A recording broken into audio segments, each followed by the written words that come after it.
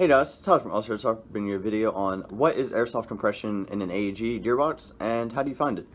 Okay, so if you are newer to airsoft or newer to airsoft teching for your gun, then this is a video that is perfect for you. I have a lot of people asking me about this kind of thing and how you find it, better alternatives for it, as in like how to fix it, how to make it better, etc., etc. The list goes on. But I just want to give you guys a basic rundown on airsoft compression, what it means, what it does, and just go from there. Okay, so starting right off, if you do not know what an airsoft gun is, then you should probably click off of this video, but airsoft guns have these things inside of them called the cylinder head, the piston, and then the air nozzle. All of these components are key to airsoft compression. So what compression is whenever your gun fires, your piston is going to draw back because your gears spin, your spring is going to release your piston, and the air that is built up inside of here is called compression. So this air that's built up inside of here is what gives your gun FPS, what gives it the velocity, and what makes the BB go down your barrel. So the buildup of air is what affects your FPS. So obviously the higher the compression, the higher the FPS, the lower the compression, the lower the FPS. It's pretty simple. So starting off is your piston. As you guys can see, it does have an O-ring on it. This O-ring is what kind of helps trap the air and make the compression a little bit better.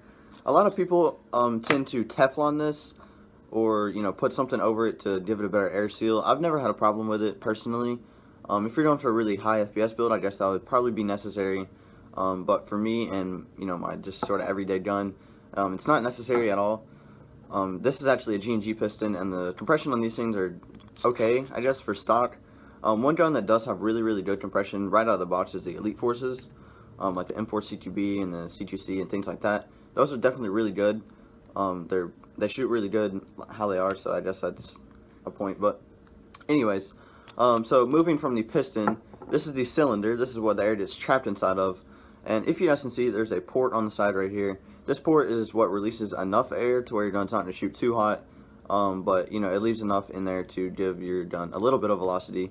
So you can get multiple different kinds of cylinders with different size ports, different locations for the ports, and you can even get some with no ports if you're going for a really high FPS build or like a DSG or something. You can do that as well. Moving up a little bbit more is the cylinder head. As you guys can see, again, it does have an O-ring down there to trap the air, and it just sits right in there on the top of the cylinder, hence the name cylinder head. And then moving up just a little bit more is the air nozzle. This is what hits the BB, makes it go down the barrel, and it goes right here on top of the cylinder head. So I'm going to show you guys a really easy way to check compression. A lot of you guys probably know this if you have played airsoft for a while or know anything about teching, but for the newbies out there, this one is for you. So a really easy way to do it is to make sure all your O-rings are nice and seated, they're sealed, everything is good, and then just put your finger over the top of the air nozzle. Make sure you don't put your finger on the port in the cylinder. So just go ahead and put that on there like that, and then you can just press your cylinder in, and you'll feel a little bit of hesitation. This one is not very good at all. The compression is terrible on this because the O-ring, I'm assuming it's very old, but that is a very simple way to test it. You just put your finger down, and you can move the piston, and you'll feel the air, you'll feel the hesitation, and that's how you know if your compression is good or not. Alright guys, so that's pretty much going to wrap up this video on airsoft compression for your AEG. Hopefully it helped you guys a little bit out, or gave you some insight, or maybe you just didn't know anything about it and now you kind of know something about it. Either way, hopefully you guys enjoyed the video. If you guys have any questions about airsoft compression, how to test it even more, how to make it better, whatever, definitely leave a comment down below. I'll make sure I answer all you guys' questions. And yeah, thank you guys for checking this video out.